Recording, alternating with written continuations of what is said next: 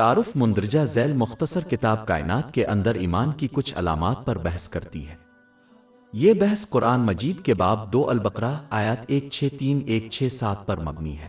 اور تمہارا معبود ایک ہی معبود ہے، اس کے سوا کوئی معبود عبادت کے لائق نہیں ہے، جو بڑا مہربان نہایت رحم والا ہے۔ بے شک آسمانوں اور زمین کی پیدائش میں، رات اور دن کے بدلنے میں، اور بڑے جہاز جو سمندر میں اس چیز کے ساتھ چلتے ہیں جو لوگوں کو فائدہ پہنچاتے ہیں، اور جو کچھ اللہ نے آسمان سے اتارا ہے، اس کے بعد زمین کو زندگی بخشتی ہے، اور اس کے بعد زمین کو زندگی بخشتی ہے۔ اس میں ہر قسم کے چلنے پھرنے والے اور آسمان اور زمین کے درمیان چلنے والے بادل ان لوگوں کے لیے نشانیاں ہیں جو اللہ کے سوا کسی کو اس کا ہمسر سمجھتے ہیں، لیکن جو لوگ اللہ سے محبت کرتے ہیں وہ اس سے زیادہ مضبوط ہوتے ہیں۔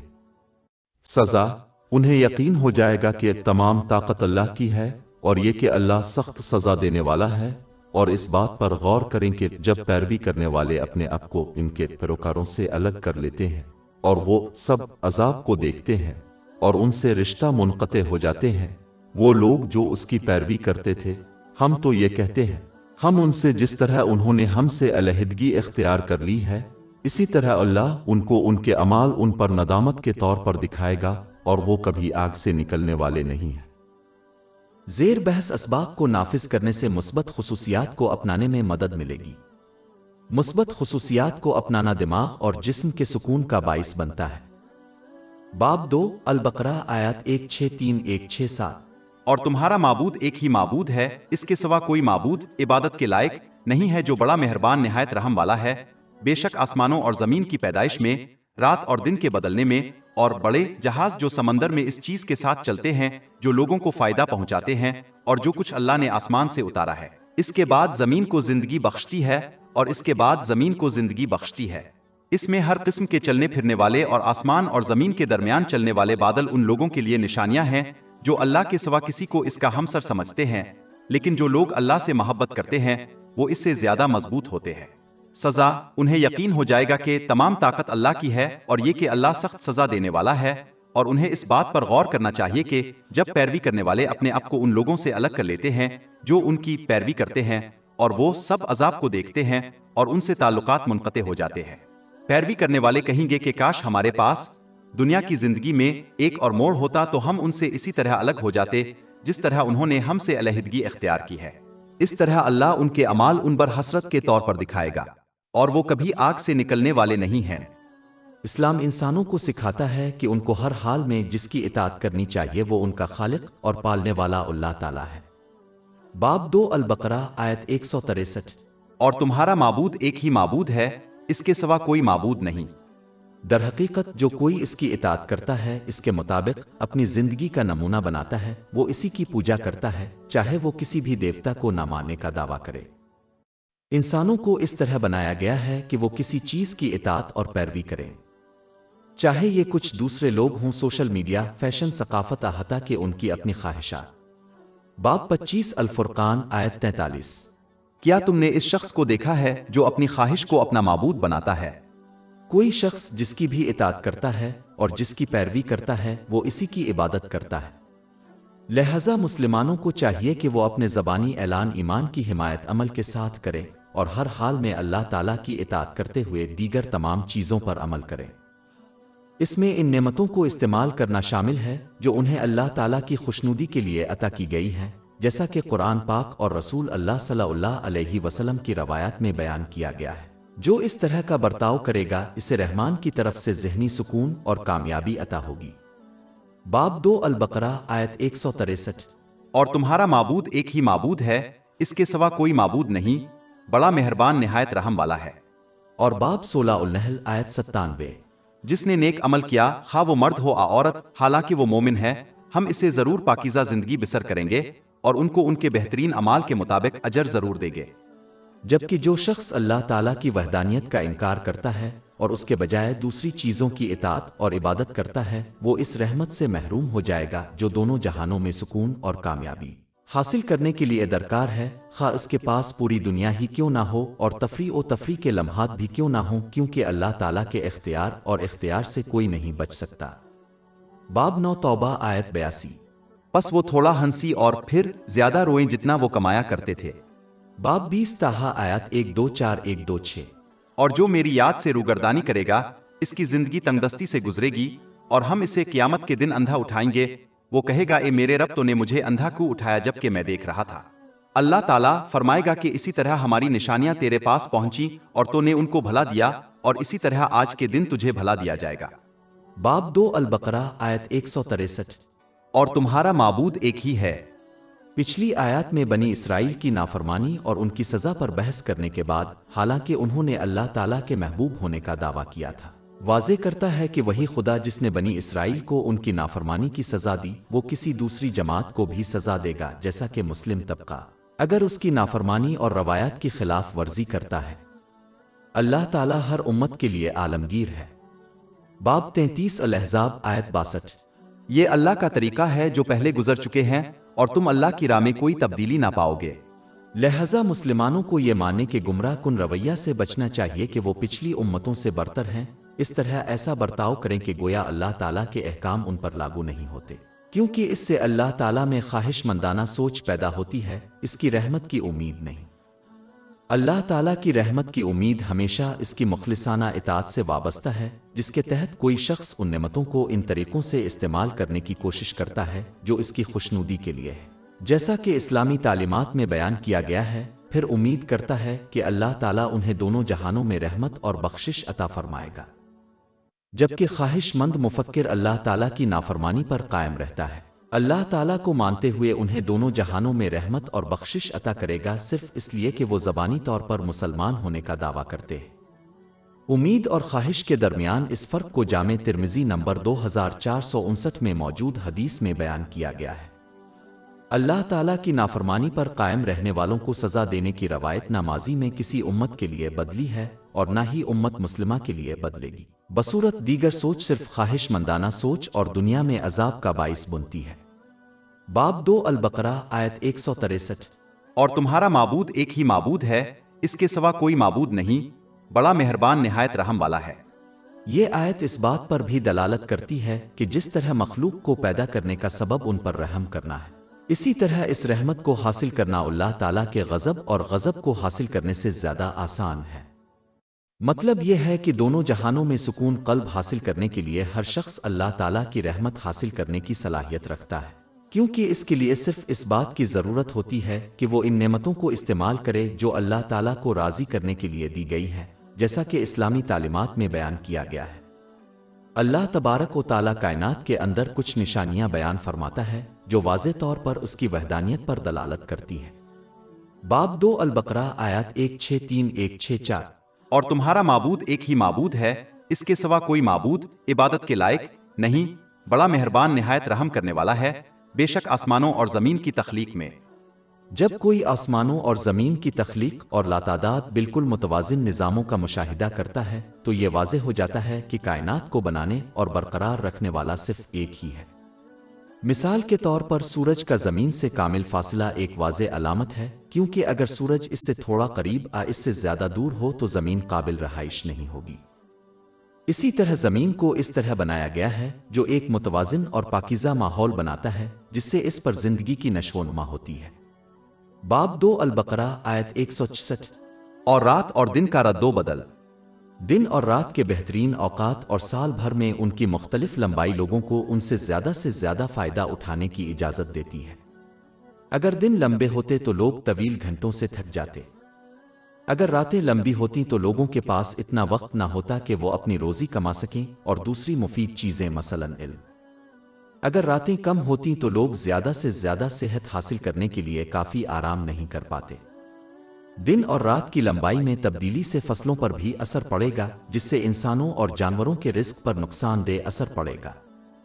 یہ حقیقت کہ کائنات کے اندر دن اور راتیں اور دوسرے متوازن نظام کامل ہم آہنگی کے ساتھ کام کرتے ہیں، یہ بھی واضح طور پر اللہ تعالیٰ کی وحدانیت کی طرف اشارہ کرتا ہے، کیونکہ متعدد خدا مختلف چیزوں کی خواہش کرتے ہیں جو کائنات کے اندر افراتفری کا باعث بنتی ہے۔ باب 21 الانبیاء آیت 22۔ اگر ان کے اندر اللہ کے سوا اور معبود ہوتے تو وہ دونوں برباد ہو جاتے۔ باب 2 البقرہ آیت 166۔ اور وہ بڑے بحری جہاز جو سمندر میں اس چیز کے ساتھ چلتے ہیں جو لوگوں کو فائدہ پہنچاتے ہیں، اور جو اللہ نے آسمان سے بارش نازل کی ہے۔ جب کوئی بالکل متوازن پانی کے چکر کا مشاہدہ کرتا ہے تو یہ واضح طور پر ایک خالق کی نشاندہی کرتا ہے۔ سمندر سے پانی بخارات بن کر اٹھتا ہے اور پھر گاڑھا ہو کر تیزابی بارش پیدا کرتا ہے جو پہاڑوں پر گرتی ہے۔ یہ پہاڑ تیزابی بارش کو بے اثر کرتے ہیں تاکہ لوگ اور جانور اس سے استفادہ کر سکیں۔ اگر اس بالکل متوازن نظام میں کوئی تبدیلی ہوئی تو یہ زمین پر انسانوں اور جانوروں کے لیے تباہی کا باعث بنے گی۔ سمندر کا نمک سمندر کے اندر موجود مردہ مخلوق کو آلودہ ہونے سے روکتا ہے۔ اگر سمندر کو آلودہ ہونے دیا جائے تو سمندری زندگی ممکن نہیں رہے گی اور سمندروں کی نجاست خشکی پر بھی زندگی پر حاوی ہو جائے گی۔ سمندروں اور سمندروں کے اندر پانی کو اس طرح بنایا گیا ہے کہ سمندری زندگی اس کے اندر پھل پھول سکتی ہے جبکہ اس کے اوپر بھاری بحری جہاز چل سکتے ہیں۔ اگر پانی کی ساخت قدرے مختلف ہوتی تو عدم توازن پیدا ہوتا جس کی وجہ سے یا تو سمندری حیات پانی کے اندر پنپتی یا اس کے اوپر بحری جہازوں کو چلنے دیتی، لیکن دونوں ایک ہی وقت میں ممکن نہیں ہوتے۔ یہاں تک کہ آج تک سمندر کے ذریعے نقل و حمل دنیا بھر میں سامان کی نقل و حمل کی سب سے زیادہ استعمال شدہ شکل ہے۔ یہ کامل توازن اس لیے زمین پر زندگی کے لیے ضروری ہے۔ باب 2 البقرہ آیت 166۔ اور جو اللہ نے آسمان سے بارش برسائی، اس سے زمین کو اس کے بے جان ہونے کے بعد زندگی بخشی۔ قیامت کے دن انسانوں کے دوبارہ زندہ ہونے کے امکان سے انکار کرنا ایک عجیب دعویٰ ہے، جبکہ قیامت کی کئی مثالیں موجود ہیں جو دنوں، مہینوں اور سالوں میں ہوتی ہیں۔ مثال کے طور پر اللہ تعالیٰ بارش کا استعمال کرتے ہوئے ایک مردہ بنجر زمین کو زندہ کرتا ہے اور مخلوق کو مہیا کرنے کے لیے ایک مردہ بیج کو زندہ کرتا ہے۔ اسی طرح اللہ تعالیٰ اس مردہ بیج کو بھی زندہ کر سکتا ہے جس کا نام انسان ہے، جو زمین میں دفن ہے، اس مردہ بیج کی طرح جو زندہ ہو جاتا ہے۔ موسموں کا بدلنا قیامت کو صاف ظاہر کرتا ہے۔ مثال کے طور پر سردیوں میں درختوں کے پتے مر کر گر جاتے ہیں اور درخت بے جان دکھائی دیتا ہے، لیکن دوسرے موسموں میں پتے ایک بار پھر اگتے ہیں اور درخت زندگی سے بھرا ہوا دکھائی دیتا ہے۔ تمام مخلوقات کی نیند کے جاگنے کا چکر قیامت کی ایک اور مثال ہے۔ نیند موت کی بہن ہے، جیسے سونے والے کے حواس کٹ جاتے ہیں۔ اللہ تبارک و تعالی کسی شخص کی روح کو ان کے پاس واپس کر دیتا ہے اگر وہ اس پر زندہ رہنا چاہتے ہیں تو سوئے ہوئے شخص کو ایک بار پھر زندگی بخشتے ہیں۔ باب 39 الزمر آیت 42۔ اللہ تعالیٰ روحوں کو ان کی موت کے وقت قبض کرتا ہے اور جو نہیں مرتے ان کی روحیں ان کی نیند میں قبض کرتا ہے، پھر جن پر موت کا حکم دیا ہے ان کو روکتا ہے اور باقیوں کو ایک معینہ مدت تک چھوڑ دیتا ہے۔ بے شک اس میں غور و فکر کرنے والوں کے لیے نشانیاں ہیں۔ ان اور بہت سی مثالوں پر غور کرنے سے قیامت کے دن آخری قیامت کے امکان کی واضح نشاندہی ہوتی ہے۔ باب 2 البقرہ آیت 166۔ اور اس میں ہر چلنے پھرنے والے جاندار کو منتشر کر دے گا۔ ارتقاء پریورتن کی ایک شکل ہے جو اپنی نوعیت کے اعتبار سے نامکمل ہے، لیکن جب کوئی ان گنت انواع کا مشاہدہ کرے گا تو انہیں معلوم ہوگا کہ انہیں بالکل متوازن طریقے سے تخلیق کیا گیا ہے تاکہ وہ جس ماحول میں رہتے ہیں اس میں پھل پھول سکیں۔ مثال کے طور پر اونٹ کو زیادہ درجہ حرارت کو برداشت کرنے اور پانی پینے کی ضرورت کے بغیر طویل عرصے تک چلنے کے لیے ڈیزائن کیا گیا تھا۔ وہ بالکل صحرائی زندگی کے لیے ڈیزائن کیے گئے ہیں۔ باب 88 الغاشیہ آیت 17۔ تو کیا وہ اونٹوں کو نہیں دیکھتے کہ وہ کیسے پیدا کیے گئے ہیں؟ بکری کو اس طرح ڈیزائن کیا گیا تھا کہ اس کے جسم میں موجود نجاست اس کے پیدا ہونے والے دودھ سے بالکل الگ ہو جاتی ہے۔ ان دونوں کو ملانے سے دودھ پینے کے قابل نہیں ہوگا۔ باب 16 النحل آیت 66۔ اور در حقیقت تمہارے لیے مویشیوں کے چرانے میں ایک سبق ہے، ہم تمہیں ان کے پیٹوں میں سے پیتے ہیں، اخراج اور خون کے درمیان خالص دودھ جو پینے والوں کے لیے لذیذ ہے۔ ہر پرجاتی کو ایک مخصوص زندگی کا دورانیہ دیا گیا ہے جو ایک پرجاتیوں کو دوسروں پر قابو پانے سے روکتا ہے۔ مثال کے طور پر مکھیوں کی زندگی بہت کم ہوتی ہے، 3-4 ہفتے اور 500 تک انڈے دیتی ہے۔ اگر اس کی عمر طویل ہوتی تو مکھیوں کی آبادی غیر متناسب ہو جاتی اور وہ اس دنیا کی تمام نسلوں کو مغلوب کر دیتی، جبکہ دوسری مخلوقات جن کی عمر بہت طویل ہوتی ہے ان میں صرف چند اولاد پیدا کرنے کی صلاحیت ہوتی ہے۔ ایک بار پھر یہ ان کی آبادی کو متعدل کرنے کی اجازت دیتا ہے۔ یہ سب کوئی حادثہ نہیں ہو سکتا اور نہ ہی ارتقاء کا عمل اس کی وضاحت کر سکتا ہے۔ باب 2 البقرہ آیت 166۔ اور آسمان اور زمین کے درمیان ہواؤں اور ہوائیں بادلوں کا ضروری ہیں جو فصلوں پودوں اور درختوں کو دوبارہ پیدا کرنے کی اجازت دیتی ہے۔ پہلے دنوں میں سمندری سفر کے لیے ہوا ضروری تھی، جو آج تک دنیا بھر میں سامان کی نقل و حمل کا اہم ذریعہ ہے۔ تخلیق کے لیے پانی مہیا کرنے کے لیے بارش کے بادلوں کو مخصوص جگہوں پر منتقل کرنے کے لیے ہواؤں کی ضرورت ہوتی ہے، جس کے بغیر وہ زندہ نہیں رہ سکتے۔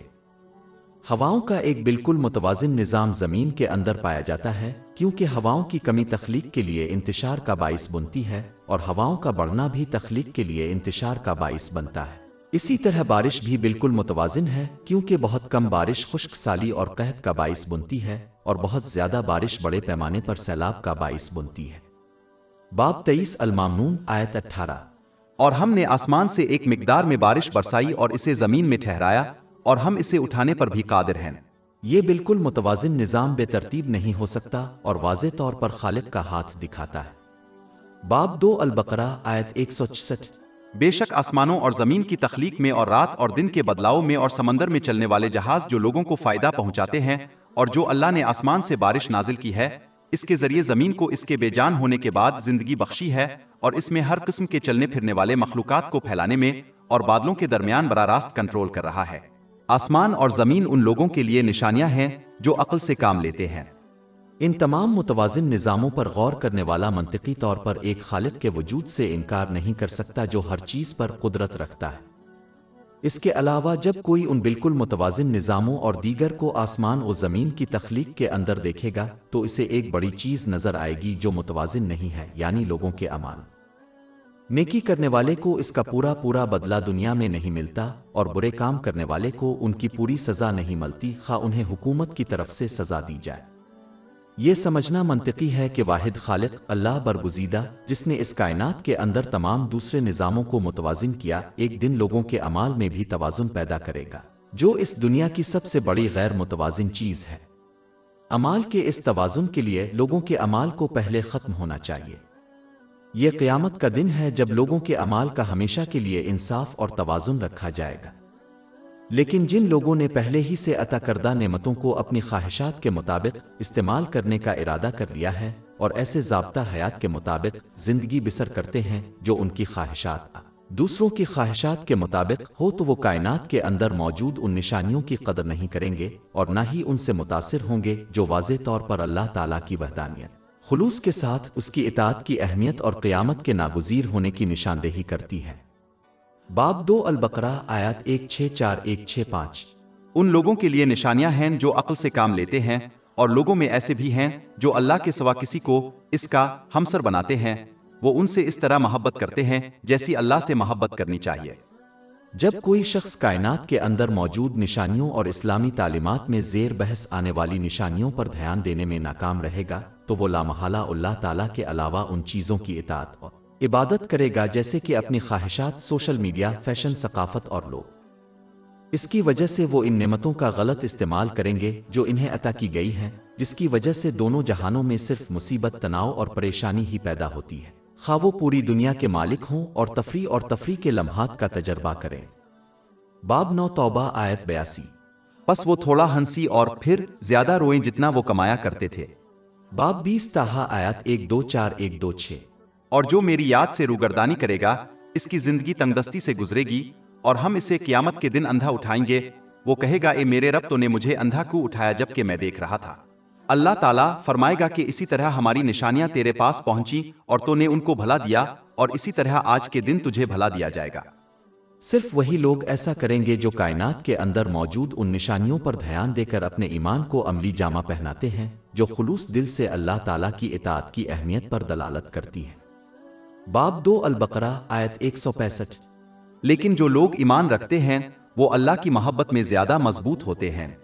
وہ اعمال کے ذریعے اپنے ایمان کو ثابت کرنے کی کوشش کریں گے، جس میں ان نعمتوں کو استعمال کرنا شامل ہے جو انہیں اس کی خوشنودی کے لیے دی گئی ہے، جیسا کہ قرآن پاک اور حضرت محمد صلی اللہ علیہ وسلم کی روایات میں بیان کیا گیا ہے۔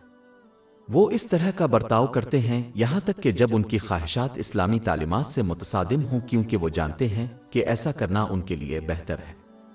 وہ ایک عقلمند مریض کی طرح برتاؤ کرتے ہیں جو اپنے ڈاکٹر کے طبی مشورے کو قبول کرتا ہے اور اس پر عمل کرتا ہے، یہ جانتے ہوئے کہ یہ ان کے لیے بہترین ہے، باوجود اس حقیقت کے کہ انہیں کڑوی دوائیں تجویز کی جاتی ہیں اور ایک سخت خوراک کا منصوبہ۔ اس کے نتیجے میں انہیں ذہنی سکون اور دونوں جہانوں میں کامیابی ملے گی، چاہے ان کے پاس دولت جیسی بہت سی چیزیں کیوں نہ ہوں۔ باب 16 النحل آیت 97۔ جس نے نیک عمل کیا، خواہ وہ مرد ہو یا عورت، حالانکہ وہ مومن ہے، ہم اسے ضرور پاکیزہ زندگی بسر کریں گے اور ان کو ان کے بہترین اعمال کے مطابق ضرور اجر دیں گے۔ باب 2 البقرہ آیت 165۔ اور لوگوں میں ایسے بھی ہیں جو اللہ کے سوا کسی کو اس کا ہمسر بناتے ہیں، وہ ان سے اس طرح محبت کرتے ہیں جس طرح انہیں اللہ سے محبت کرنی چاہیے، لیکن جو لوگ ایمان رکھتے ہیں وہ اللہ کی محبت میں زیادہ مضبوط ہوتے ہیں۔ اہل کتاب نے بغیر سوال کے ان کی اطاعت کرتے ہوئے اور ان کی رائے کو اللہ تعالیٰ کا فرمان اور حکم مان کر اپنے علماء کو رب بنا لیا۔ باب 9 توبہ آیت 31۔ انہوں نے اپنے علماء اور راہبوں کو اللہ کے سوا رب بنا لیا ہے۔ افسوس کی بات یہ ہے کہ یہ اکثر مسلمانوں میں ہوتا ہے جو اللہ تعالیٰ کے بتائے ہوئے طریقے، قرآن پاک کے طریقے اور رسول اللہ صلی اللہ علیہ وسلم کی روایات پر عمل کرنے کے بجائے اپنے روحانی اساتذہ اور ان کی روحانی مشقوں کی اندھی تقلید کرتے اور ان کی تقلید کرتے۔ باب 3 علی عمران آیت 31۔ کہہ دو کہ اگر تم اللہ سے محبت رکھتے ہو تو میری پیروی کرو، اللہ تم سے محبت کرے گا اور تمہارے گناہوں کو بخش دے گا۔ ایک مسلمان کو چاہیے کہ وہ چوپایوں کی طرح برتاؤ کرنے سے گریز کرے اور اس عقل کو استعمال کرے جو اسے عطا کی گئی ہے، تاکہ وہ ہدایت کے دو ذرائع قرآن مجید اور حضرت محمد صلی اللہ علیہ وسلم کی روایات کا مطالعہ اور سیکھے، بجائے اس کے کہ ان لوگوں کی اندھی تقلید کرے جو نیک نظر آتے ہیں۔ در حقیقت دین کے علم کے دوسرے ذرائع کی جتنی زیادہ پیروی اور اطاعت کرے گا، اتنا ہی کم وہ ہدایت کے دو ذرائع کی پیروی اور اطاعت کرے گا جو کہ گمراہی کا باعث بنتے ہیں۔ یہی وجہ ہے کہ حضور نبی اکرم صلی اللہ علیہ وآلہ وسلم نے سنن ابو داؤد نمبر 4606 میں موجود حدیث میں تنبیہ فرمائی ہے کہ ہر وہ چیز جس کی جڑیں ہدایت کے دو منابع میں نہ ہو، اللہ تعالیٰ کی طرف سے رد کر دیا جائے گا۔ اللہ تبارک و تعالی اس کی نافرمانی کرنے والوں کو ان نعمتوں کا غلط استعمال کرتے ہوئے تنبیہ کرتا ہے جو ان کو عطا کی گئی ہیں کہ وہ اپنے اعمال کے نتائج سے اس دنیا آخرت میں کبھی نہیں بچ سکیں گے، جیسا کہ اللہ تعالیٰ ان کے روحانی قلب، ذہنی سکون کے گھر سمیت تمام چیزوں کو کنٹرول کرتا ہے۔ باب 2 البقرہ آیت 165۔ اور کاش وہ لوگ جنہوں نے ظلم کیا ہے جب وہ عذاب کو دیکھتے اس بات پر غور کرے کہ انہیں یقین ہو جائے گا کہ تمام طاقت اللہ ہی کی ہے اور اللہ سخت سزا دینے والا ہے۔ جیسا کہ پہلے ذکر کیا جا چکا ہے کہ یہ عذاب اسی دنیا میں شروع ہوگا، جس سے دنیاوی چیزیں اس کے لیے تناؤ، مصائب اور پریشانی کا باعث بن جاتی ہیں۔ وہ ایک تناؤ سے دوسرے تناؤ کی طرف بڑھیں گے اور ایک تاریک اور تنگ زندگی گزاریں گے، چاہے وہ تفریح اور تفریح کے لمحات کا تجربہ کریں۔ باب 9 توبہ آیت 82۔ پس وہ تھوڑا ہنسی اور پھر زیادہ روئیں جتنا وہ کمایا کرتے تھے۔ اپنی غافل ہونے کی وجہ سے وہ اپنی مایوسی اور پریشانی کی وجہ کو اللہ تعالیٰ کی نافرمانی سے جوڑ نہیں سکیں گے۔ نتیجے کے طور پر وہ اپنی زندگی میں غلط چیزوں کو مورد الزام ٹھہرائیں گے، جیسے کہ چند اچھے دوست اور رشتہ دار جو ان کے پاس ہیں۔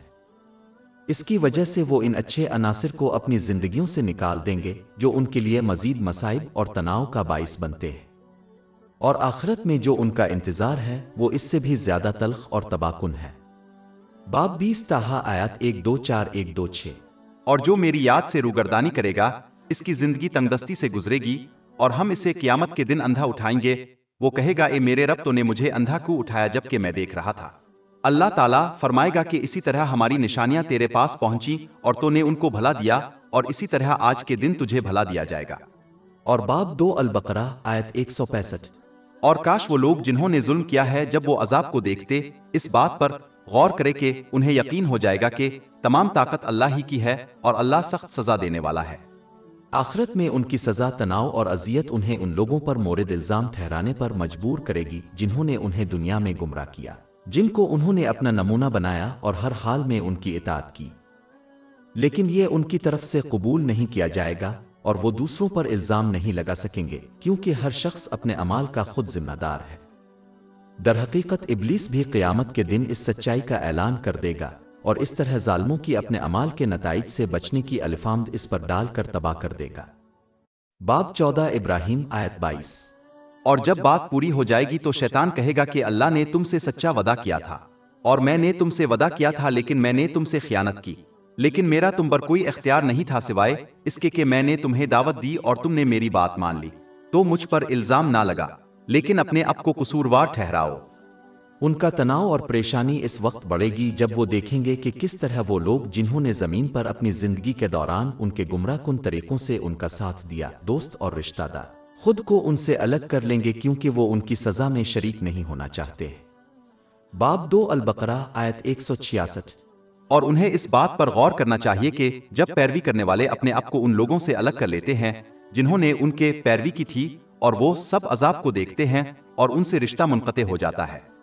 دونوں جہانوں میں ان کی صحبت سے صرف وہی لوگ مستفید ہوتے ہیں جو اس دنیا میں اچھے لوگوں کا ساتھ دیتے ہیں، وہ لوگ جو انہیں ان نعمتوں کو استعمال کرتے ہوئے جو اس کی خوشنودی کے لیے اسلامی تعلیمات میں بیان کیے گئے ہیں استعمال کرتے ہوئے خلوص دل سے اللہ تعالیٰ کی اطاعت کی ترغیب دیتے ہیں۔ باب 43 الزخرف آیت 67۔ اس دن قریبی دوست ایک دوسرے کے دشمن ہوں گے سوائے نیک لوگوں کے۔ قیامت کے دن صرف وہ رشتے جو مضبوط رہیں گے اور اس کے حق میں شمار ہوں گے وہ اللہ تعالیٰ کی اطاعت میں جڑے ہوئے رشتے ہیں، چاہے یہ رشتے نیک لوگوں کے ساتھ ہوں، قرآن پاک سے ہوں یا اعمال صالحہ کے۔ لہذا اللہ تعالیٰ کو راضی کرنے کے طریقوں سے تعلقات استوار کرنے پر توجہ مرکوز کرنی چاہیے تاکہ انہیں ذہنی سکون اور دونوں جہانوں میں کامیابی حاصل ہو۔ باب 5 الماد آیات 15-16۔ تمہارے پاس اللہ کی طرف سے ایک نور اور روشن کتاب آ چکی ہے جس کے ذریعے اللہ ان لوگوں کو جو اس کی رضا کی راہ پر چلتے ہیں سلامتی کی راہیں دکھاتا ہے اور اپنے حکم سے ان کو تاریکیوں سے نکال کر روشنی کی طرف لاتا ہے اور انہیں سیدھے راستے کی طرف ہدایت کرتا ہے۔ لیکن جو لوگ گمراہی کا راستہ اختیار کرتے ہیں اور اللہ تعالیٰ کے علاوہ کسی کی اطاعت اور عبادت کرتے ہیں انہیں آخرکار قیامت کے دن کا سامنا کرنا پڑے گا جب انہیں اپنے طرز عمل کی اصلاح کا دوسرا موقع نہیں دیا جائے گا، وہ پچھتاوے کے ساتھ رہ جائیں گے جو ان کی کم سے کم مدد نہیں کرے گا۔ در حقیقت ان کے پچھتاوے سے ان کی پریشانی اور تناؤ ہی بڑھے گا۔ باب 2 البقرہ آیت 167۔ وہ لوگ جو پیروی کرتے ہیں وہ کہیں گے کاش ہمیں دنیا کی زندگی میں ایک اور موڑ مل جائے تو ہم ان سے اسی طرح الگ ہو جائیں جس طرح انہوں نے ہم سے علیحدگی اختیار کی ہے، اس طرح اللہ ان کے اعمال کو ان پر حسرت کے طور پر دکھائے گا اور وہ کبھی بھی آگ سے نکلنے والے نہیں ہیں۔ لہذا مسلمانوں کو اس دنیا میں اپنے طرز عمل کی اصلاح کے ان گنت مواقع سے فائدہ اٹھانا چاہیے اس سے پہلے کہ ان کا وقت گزر جائے۔ انہیں اپنے تمام وقت اور وسائل کو بروئے کار لانے کی کوشش کرنی چاہیے تاکہ وہ انہیں اللہ تعالیٰ کی خوشنودی کے لیے وقف کریں اور دیگر تمام چیزوں جیسے سوشل میڈیا، لوگ، فیشن، ثقافت اور اپنی خواہشات کی اطاعت و عبادت سے اجتناب کریں تاکہ انہیں ذہنی سکون اور دونوں جہانوں میں کامیابی حاصل ہو اور دنیا کی تاریک اور تنگ زندگی اور یہاں کی بے حسی کی عذاب سے بچ سکیں۔ ہماری ویب سائٹ www.shayk.com پر 500 سے زیادہ مفت e books, audio books, انفوگرافکس، podcast اور بلاگ دستیاب ہیں۔